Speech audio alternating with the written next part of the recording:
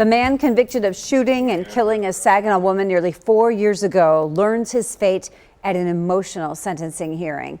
23-year-old Nala Wallace was shot in July of 2021. It was a case that garnered attention as emergency responders were slow in getting aid to Wallace, in part because of a number of shootings in the city that morning. ABC 12's Terry Camp joins us now in the studio. And Terry, a jury found the man guilty of manslaughter. Yes, Angie. Ramiro Garcia claims this was self-defense, and the jury did not convict him of first or second-degree murder. Both could have been life sentences. Instead, he will spend another 8+ years in prison. She was just on the journey. She just started. She had just told me, "Mama, I'm going to get it together." D'Angela Wallace is talking about her daughter, 23-year-old Nala Wallace. It was Nala Wallace who came to the West Side home of Ramiro Garcia in the early morning hours of July 5th, 2021, banging on the door.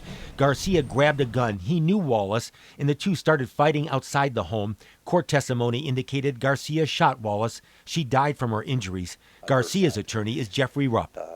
Our argument at trial was and remains to this day that Mr. Garcia acted in lawful self-defense. Saginaw County Chief Assistant Prosecutor Blair Stevenson says this was another loss of a young life due to the senseless gun violence in Saginaw. This was not self-defense, Your Honor.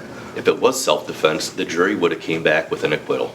Before her death, Nala Wallace struggled with substance abuse, but her mom says she was getting ready to turn her life around. It's been a whole bad picture painted of my daughter, but she was only 23.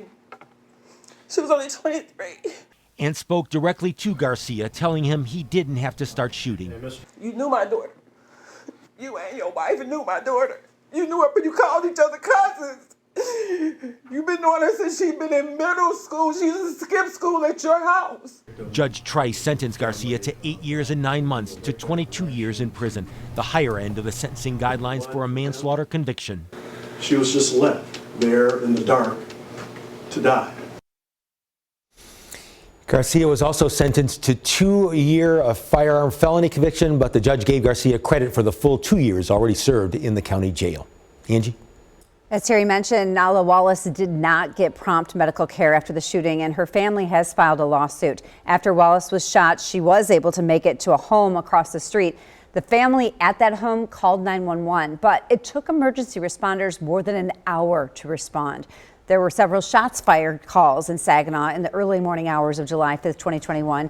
And Nala's mother has filed a lawsuit against Saginaw County Central Dispatch and a supervisor, claiming Wallace's shooting was coded as shots fired when it should have indicated that a person was injured. The lawsuit contends she would have survived if she received prompt medical care. A trial date for that lawsuit is still pending.